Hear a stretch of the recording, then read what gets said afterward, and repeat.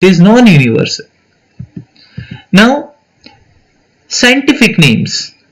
Scientific names, they are authentic names. They are given by the biologist. They are given by the scientists. They are based on some agreed rules and criteria.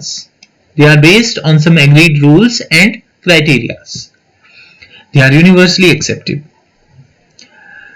Providing scientific names, we will be talking about the binomial nomenclature.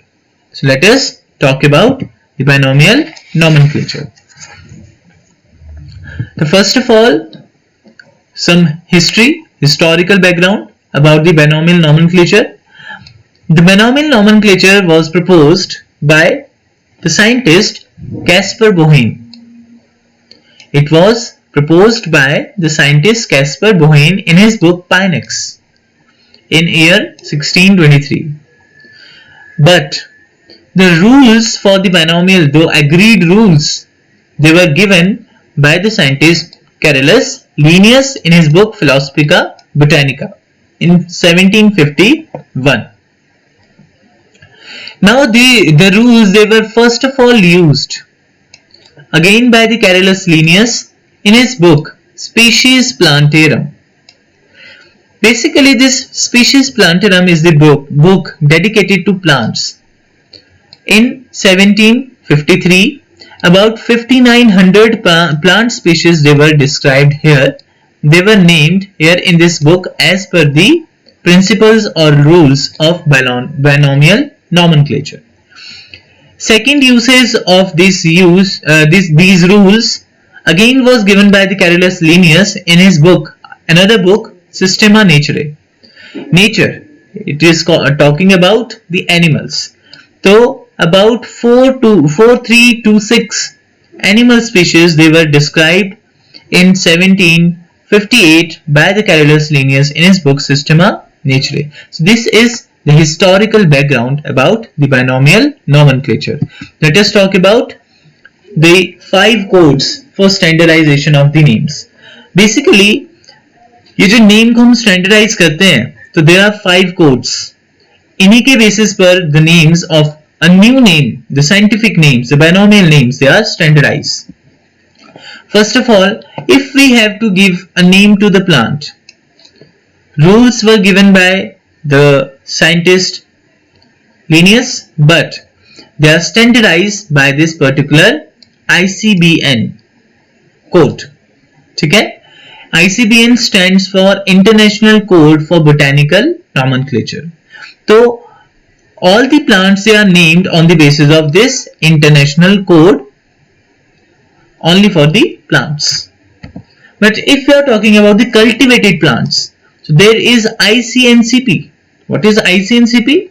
It is International Code for the Nomenclature of Cultivated Plants. So there is different code for the cultivated plants. Different names, scientific names are given as per this particular code at international level.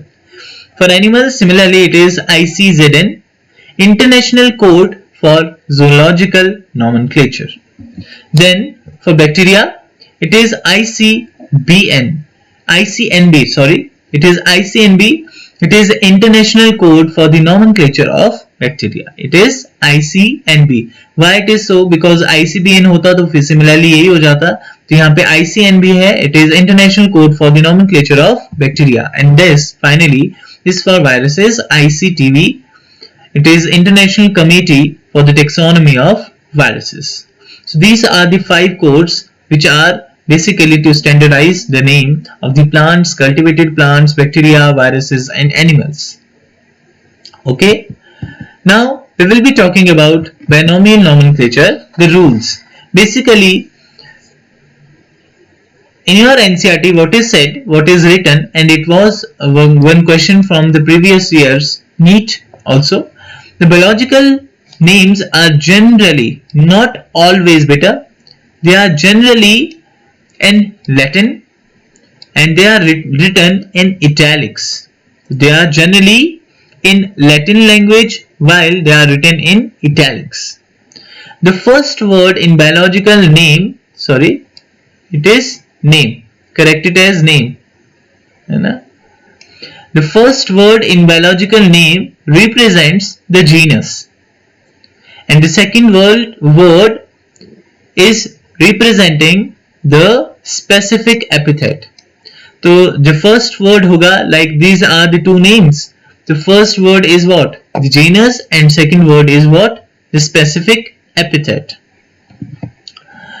Both the words in biological name, when they are handwritten, they are separately underlined. There, as I am underlining it here. For example, this is a biological name.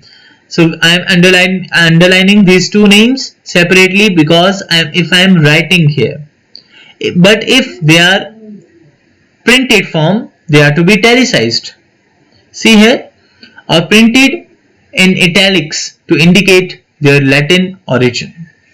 So if we are printing these names, so we have to italicize them to indicate they are Latin in origin. The first word denoting the genus starts from the capital letter, while the specific epithet starts from the small letter. See, I am printing it, I am typing it, so I have italicized the name, and the first word, that is of genus, is always capital, while the first word of the specific epithet is always the small letter in small caps. Okay? So these are rule. And if I was writing this name, Mangifera indica, it is a biological name, botanical name of mango.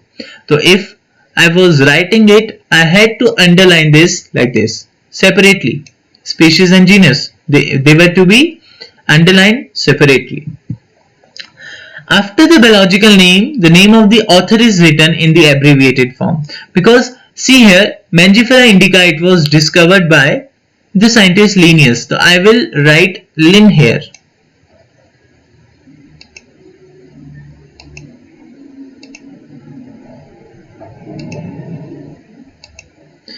So what I will do here, I will write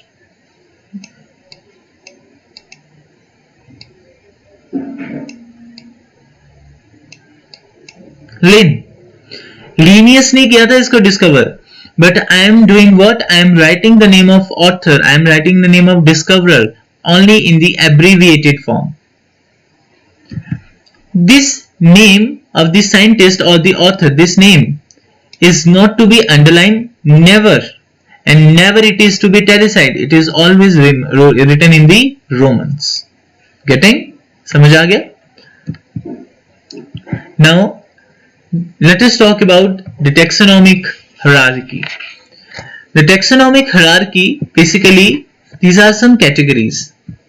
So taxonomic categories are the groups in which organisms are placed on the basis of similarities with respect to characteristics. That was classification. The taxonomic categories are groups in which the organisms are placed on the basis of similarities with respect to the characteristics. All the taxonomic categories used in the classification, that is this, contributes to the taxonomic hierarchy. Taxonomic categories are basically of three types: obligate categories, intermediate categories, and infra-specific categories. So let us talk about the obligate categories first. So these are the 7 obligate categories here, starting from here up till here. So if you are asked how many obligate categories are there, so you will say there are 7 obligate categories, starting from species, then genus, then family, then order, class, phylum in the case of animals, division in the case of plants, and finally the kingdom. Okay, now here I am talking about the plants. According to the International Code of Botanical Nomenclature, the suffix which can be used for species, first of all for species here, so there is no such suffix is given for the species, but yes, for the genus there is us suffix, means at the end. So if it is ending with us, like as in case of Pinus, it is a genus. If it is ending with n, Pisum, pisum is what? It is the pea plant. IS, Arabis.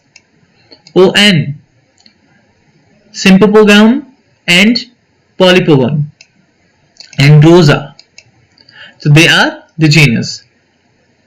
Family, if it is ending with AC, like Asteraceae, like Poaceae, so whenever the suffix is AC, so we say it is a family. Asteraceae is a sunflower family, commonly called as sunflower family. It is most advanced in the dicot families. In all the dicot families, Asteraceae family, sunflower family is most advanced family. In later classes, we will be talking about these families. While Poaceae is basically the grass family, and it is most advanced family in the monocot families, all the monocot families. Now, then order. Order, it ends with ales, like Rosales. Rosa is the genus, Rosaceae is the family, and Rosales is the order. Okay?